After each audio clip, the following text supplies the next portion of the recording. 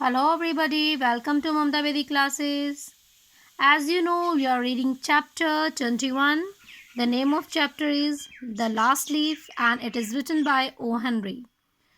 We have read almost half part of this chapter and today we will read remaining half part. So let's start to read. When Johnsy was counting backward, after listening this, Sue rushed down. Behrman lived on the ground floor. हमने पढ़ा कि जब जो Johnsy है वो counting कर रही होती है, बैकवर्ड काउंटिंग कर रही होती है ना, और वो सोचती है कि वो अब मर जाएगी।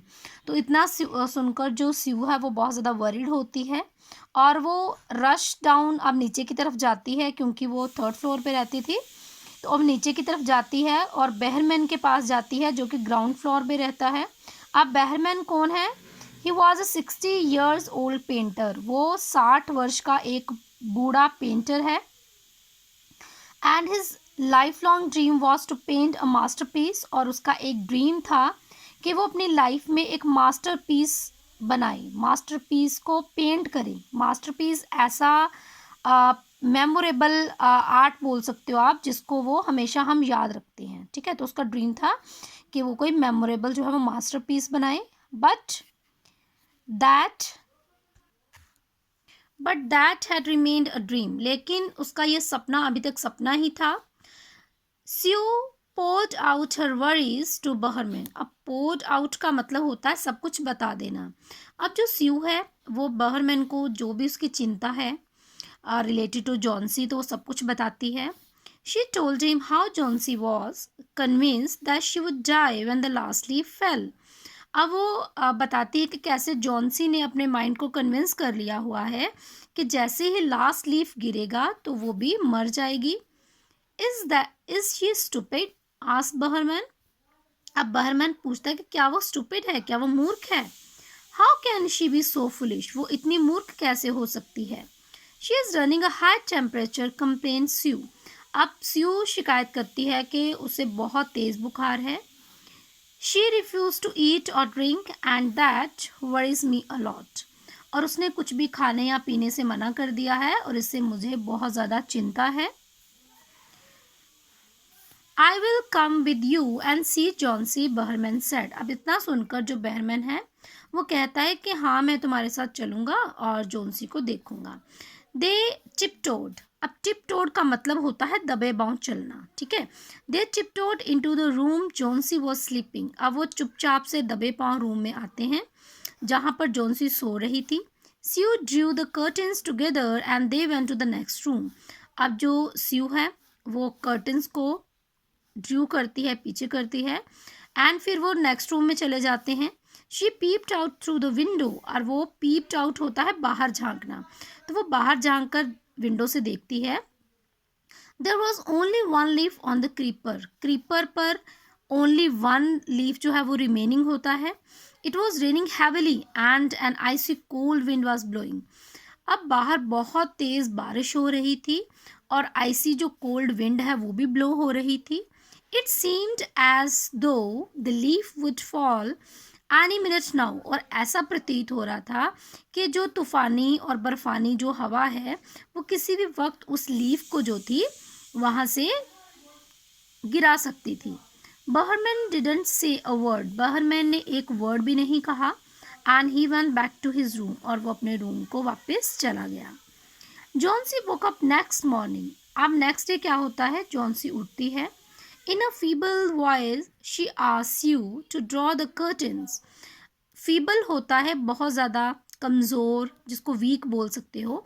तो बहुत ज़्यादा कमज़ोर आवाज़ में स्यू से पूछती है। स्यू को कहती है कि वो कर्टन्स को ड्रॉ करे, पीछे कर दे।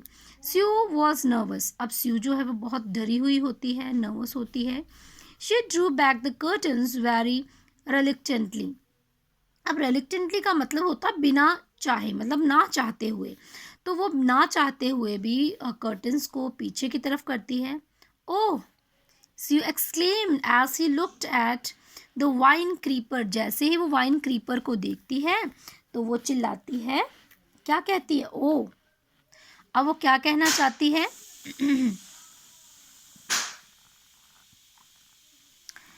Look there it is still one leaf on the creeper.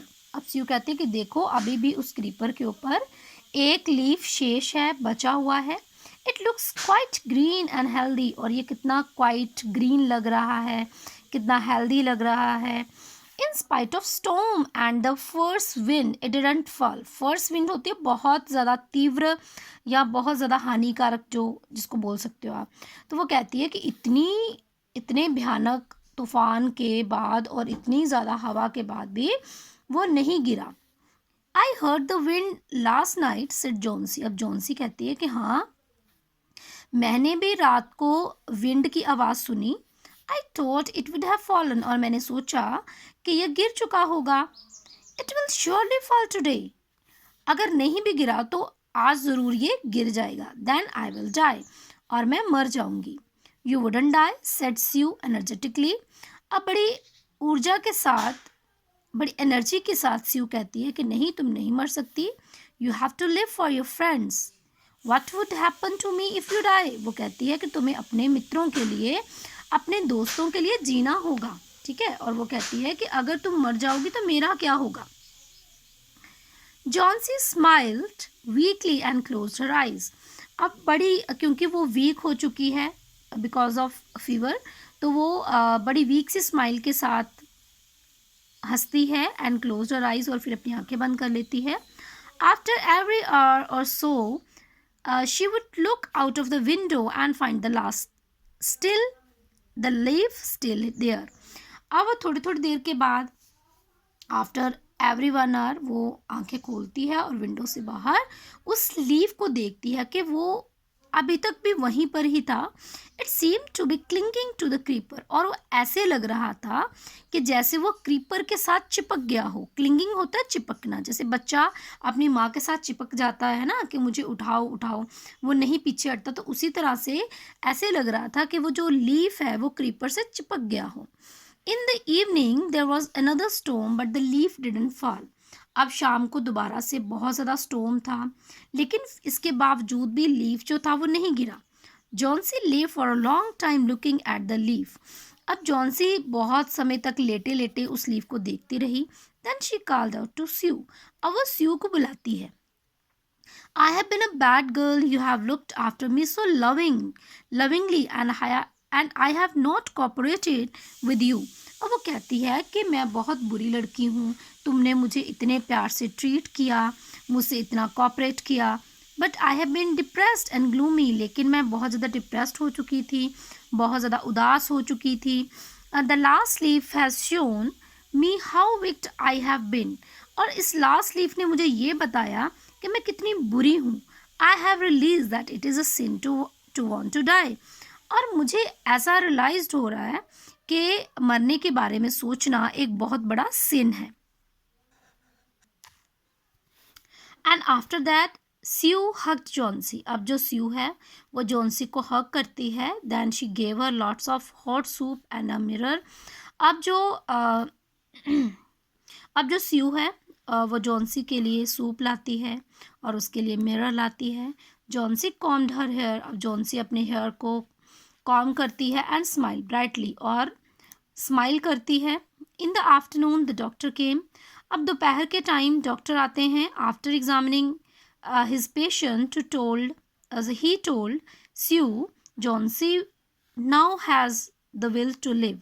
अब डॉक्टर क्या बताता है जॉन्सी को एग्जामिनेशन करने के बाद कि अब जो जॉन्सी है वो, उसमें जो विल है ना जीने की, जो तमन्ना है वो जाग चुकी है। I am confident she will recover soon. और मुझे पूरा कॉन्फिडेंस है कि अब वो जल्दी ही रिकवर कर लेगी। Now I must go downstairs and see Behrman. अब मुझे ज़रूर ही बहुत ज़रूरी डाउन स्टेयर नीचे जाना है एंड सी बहरमैन, और बहरमैन को देखना है। He is also suffering from pneumonia, और वो भी निमोनिया से पीड़ित है। But I am afraid there is no hope for him. लेकिन मुझे ये डर है कि वो जीवित नहीं बचेगा। The next morning Sue came and set on Johnsy bed. अब अगली सुबह स्यू आती है और जॉन्सी के बेड पर बैठ जाती है। Taking Johnsy's hand in hers she said I have something to tell you. अब उसका हाथ अपने हाथों में लेकर वो कहती है, मुझे मेरे पास तुम्हें बताने के लिए कुछ है। Mister Behrman died of pneumonia this morning. तो मिस्टर जो बहरमैन हैं, आज सुबह ही निमोनिया से उनकी डेथ हो गई। He was ill for only 2 days। वो सिर्फ 2 दिन से ही बीमार थे। The first day the generator found him on his bed. अब जो फर्स्ट डे जो जेनेटर जो देख रेख करते थे उस ना जो जहाँ पे वो रहते थे, तो जेनेटर ने बताया कि वो बेड पे था जब उसने उसे देखा। His clothes and shoes were wait. उसके क्लोथ्स और शूज़ जो थे वो बुरी तरह से गीले थे। एंड ही वॉज शिवरिंग, और वो कांप रहा था। He had been out in that stormy night. ऐसे लग रहा था कि वो उस तूफानी रात में कहीं बाहर था। Then they found a ladder and a lantern still lighted lying near his bed। और फिर उसने लैडर को देखा एंड लालटेन, और लालटेन भी देखी जो भी जल रही थी अभी तक, जो उसके बेड के पास पड़ा हुआ था, दोनों चीज़ें। There was also some brushes and green and yellow paints on the floor near the ladder। और लैडर के पास ही कुछ ब्रशेस थे, कुछ ग्रीन येलो पेंट था फ्लोर के ऊपर पड़ा हुआ। Johnsy dear said Sue. Sue कहती है कि Johnsy, look out of the window.